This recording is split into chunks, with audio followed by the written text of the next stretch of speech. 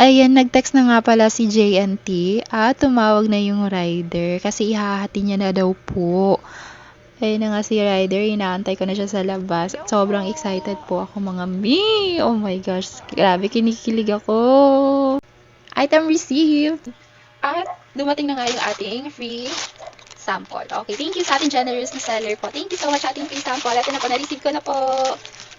I-unbox natin. Teka lang, wait lang. Okay, ready na yung ating gunting.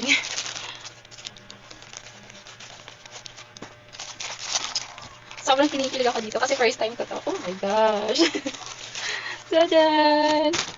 Thank you so much, Daily Plus.